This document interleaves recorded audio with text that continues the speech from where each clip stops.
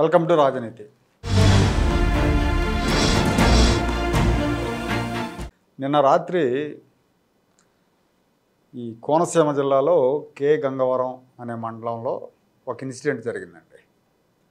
రాష్ట్ర కార్మిక మంత్రి వాసంశెట్టి సుభాష్ గారు వరద బాధితుల పరామర్శకు వెళ్ళారు. వాళ్ళని పరామర్శించుకొని ఆయన తిరిగి వస్తుండగా ఆయనకు రోడ్డు మీద కొంతమంది ఆకతాయిలు ఆయన కాన్వాయ్ని అడ్డుకున్నారు. ఒక 7-8 మంది కుర్రాళ్ళు కాన్వాయ్ని అడ్డుకున్నారు. వీళ్ళంతా టీనేజర్లు, పెద్ద వయసు కూడా లేదు వీళ్ళకి. అడ్డుకొని పెద్ద ఎత్తున నినాదాలు చేస్తూ మేము కాపులం రా అని పెద్దగా అరుస్తూ మద్యం మత్తులో వీరంగం వేశారు.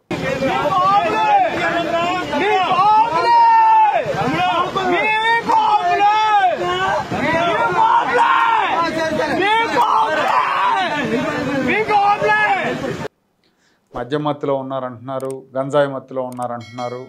ఇంకా పోలీసులు చెప్పేది ఏంటంటే వీళ్ళది రాజమండ్రి, వీళ్ళు మద్యం తాగకుండా ఉండడానికి ఒక కడియం వేయించుకున్నారు.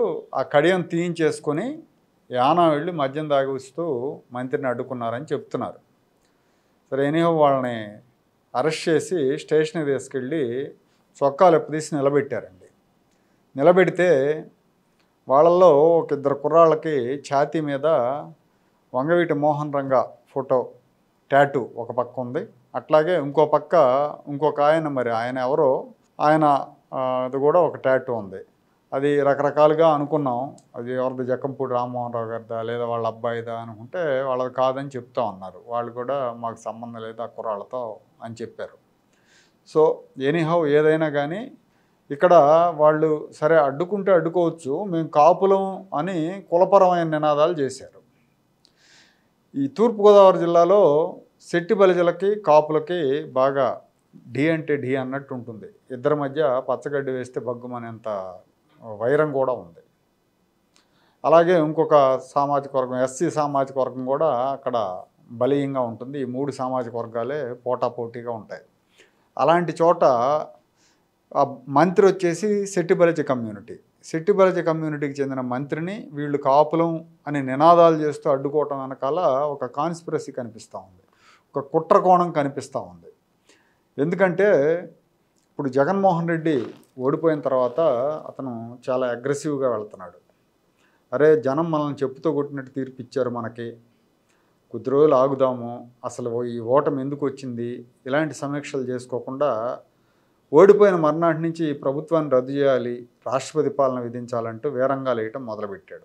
శవాల కోసం ఆరాటపడిపోతా ఉన్నాడు. శవం దొరికితే పండగ చేసుకుంటున్నాడు. ఢిల్లీ వెళ్ళి ధర్నాలు చేస్తున్నాడు.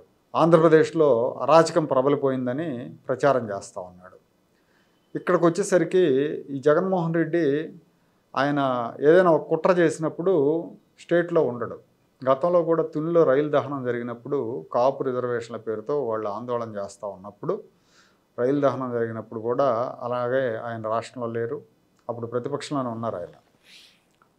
అదంతా కూడా నెపం కాపునాడు మీద వేద్దాం అనుకున్నారు. అదృష్టవశాత్తు ఆ రైలు దహనం వల్ల పెద్దగా ఉద్రిక్త పరిస్థితులు తలెత్తలేదు. తర్వాత మొన్న ఓడిపోయిన తర్వాత కూడా అలాగే చేశాడు. నెల్లూరు వెళ్ళాడు, హడావుడి చేశాడు. అక్కడ వాళ్ళ మాజీ ఎమ్మెల్యే పిన్నెల్లి రామకృష్ణారెడ్డికి క్లీన్ చిట్ ఇచ్చాడు. పగలగొడితే తప్పేంటి ఈవీఎం అని కూడా మాట్లాడాడు.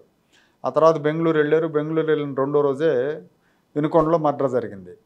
ఈ మర్డర్ ఏంటంటే చనిపోయిన వ్యక్తి, చంపిన వ్యక్తి ఇద్దరు కూడా వైసీపీ వాళ్ళే. తెలుగుదేశానికి ఈ మర్డర్తో సంబంధం లేదు. కానీ వచ్చేసాడు, పెద్ద ఎత్తున హడావుడి చేశాడు. వినుకొండలో 144 సెక్షన్ ఉంటే దాన్ని ఉల్లంఘిస్తూ పెద్ద ఎత్తున కాన్వాయిలు పెట్టుకొని వెళ్ళాడు. అక్కడికి వెళ్ళి ప్రెస్ మీట్ పెట్టి తెలుగుదేశం మీద వీరంగాలు వేశారు. ఇదంతా తెలుగుదేశం వాళ్ళు చేస్తున్నారన్నారు. ఢిల్లీ దాకా వెళ్ళాడు, హడావుడి చేశాడు. మళ్ళీ ఇప్పుడు బెంగళూరు వెళ్ళాడు. ఈ బెంగళూరు వెళ్ళిన నేపథ్యంలోనే మనం ఒక వీడియో చేసాం. ఏంటి, జమీన్ రైతు పత్రికలో వచ్చిన ఆర్టికల్ గురించి. వాళ్ళు ఏం రాశారంటే దాంట్లో నెలకు 100 కోట్లు పెట్టి ఆంధ్రప్రదేశ్ ప్రభుత్వాన్ని ప్రశాంతంగా పరిపాలన చేయనీయకూడదు అనే వ్యూహరచనలో జగన్మోహన్ రెడ్డి ఉన్నాడు. ఏ చిన్న సంఘటన జరిగినా ధర్నాలు, రాస్తారోకోలు, ఆందోళనలు, హర్తాళ్ళు చేసి ఈ ప్రభుత్వాన్ని కుదురుకోనీయకుండా చేసి రాష్ట్రంలో రాష్ట్రపతి పాలన పెట్టాలని డిమాండ్ చేద్దాం. ఈ ప్రభుత్వానికి ఇప్పుడు కేంద్రం సహకారం బాగా ఉంది కాబట్టి చంద్రబాబు నాయుడు గారు 5 ఏళ్ళు కంప్లీట్ చేస్తే ఆ తర్వాత అతన్ని ఓడించడం కష్టం అవుతుంది, అతను స్టేట్ని డెవలప్ చేస్తాడు, స్టేట్లో అరాచకం పెంపొందే విధంగా మనం పనిచేయాలి అని కుట్ర సిద్ధాంతాలు రచిస్తున్నాడు జగన్మోహన్ రెడ్డి చంద్రబాబు నాయుడు గారి మీద అని ఆ కథనం గురించే మనం డిస్కస్ చేసుకున్నాం. ఇప్పుడు మళ్ళీ జగన్మోహన్ రెడ్డి ఇలాంటి కుట్ర కోణానికి తెరలేపాడనేది ఇక్కడ ప్రధానమైన అనుమానం.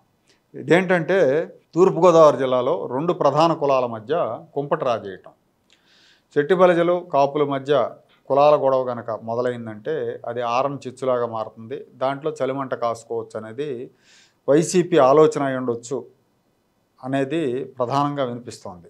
ఇలా ఎందుకు వినిపిస్తోంది అంటే గత కొంతకాలంగా ఇక్కడ ఇంకోటి పొలిటికల్ యాంగిల్ ఏంటంటే జనసేనకి టీడీపీకి మధ్య చిచ్చు పెట్టడం.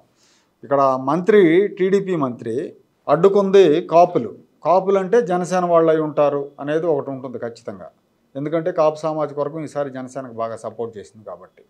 సో ఈ 2 పార్టీల మధ్య ఎడం తీసుకొస్తే ఈ అలయన్స్ బీటలు వారితే అది తనకు రాజకీయంగా లబ్ధి కలిగిస్తుందని జగన్మోహన్ రెడ్డి ఆలోచన. దానికి తగ్గట్టే ఆ పార్టీ నాయకులు ఇటీవల కాలంలో ప్రకటనలు చేస్తున్నారు. పవన్ కళ్యాణ్కి ప్రయారిటీ ఇవ్వట్లేదని, పవన్ కళ్యాణ్ మీద ఎనలేని ప్రేమ చూపిస్తూ ఉన్నారు.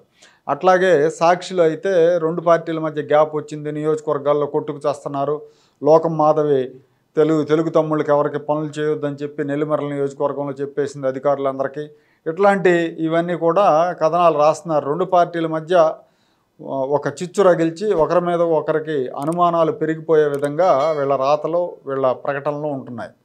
సో ఈ నేపథ్యంలో చంద్రబాబు నాయుడు గారు, పవన్ కళ్యాణ్ గారు వాళ్ళ క్యాడర్ని, వాళ్ళ నాయకుల్ని అలర్ట్ చేస్తూనే ఉన్నారు, జాగ్రత్త వైసీపీ ఉచ్చులో పడద్దు అని చెప్పి.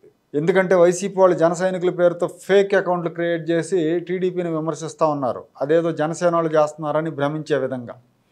సో అందుకని పవన్ కళ్యాణ్ గారు కూడా జనసేన క్యాడర్కి, నాయకులకి స్పష్టంగా చెప్పారు, మీరు జాగ్రత్తగా ఉండండి, ఎట్టి పరిస్థితుల్లో ప్రభుత్వానికి వ్యతిరేకంగా ప్రకటనలు చేయొద్దు, ఏదైనా ఉంటే మనం మాట్లాడుకుని సామరస్యంగా పరిష్కరించుకుందాం, కానీ మనం అంతా ఒక కూటమి, ఈ కూటమిని నిలబెట్టాలి, ఈ రాష్ట్రాన్ని నిలబెట్టాలని ఆయన పదే చెప్తా ఉన్నారు.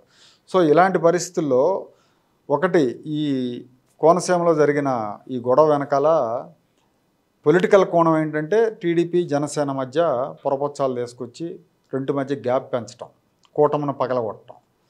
ఇంకోటి ఏంటంటే కులాల మధ్య కలహాలు క్రియేట్ చేయటం. గత అనుభవాల దృష్ట్యా తునిలో జరిగిన వ్యవహారం కానీ, లేకపోతే కోనసీమ జిల్లాలో జరిగిన గొడవలు కానీ గతంలో, వీటన్నిటిని దృష్టిలో పెట్టుకుంటే ఈ 2 కులాల మధ్య గొడవలు క్రియేట్ చేయటం అనేది కూడా ప్రధాన లక్ష్యంగా కనిపిస్తూ ఉంది. కాబట్టి ఈ దొరికిన కుర్రాళ్ళని ఖచ్చితంగా విచారించాలి, వీళ్ళ వెనకాల ఎవరున్నారు, అసలు వీళ్ళు ఏ పార్టీ, వీళ్ళు ఏ గ్రామం, వీళ్ళ వెనకాల ఎవరున్నారు, వీళ్ళని ఎవరు ప్రోత్సహించారు, ఇవన్నీ కూడా విచారించి ఖచ్చితంగా దీని మీద, ఈ కుర్రాళ్ళ మీద కాకుండా ఈ వెనకాల ఉన్న వాళ్ళ మీద కూడా కఠిన చర్యలు తీసుకోవాల్సిన అవసరం ఉంది. లేదంటే రాష్ట్రాన్ని మరోసారి రావణ కాష్టంలో మార్చే ప్రయత్నాల్లో జగన్మోహన్ రెడ్డి విజయవంతం అయ్యే ప్రమాదం ఉంది.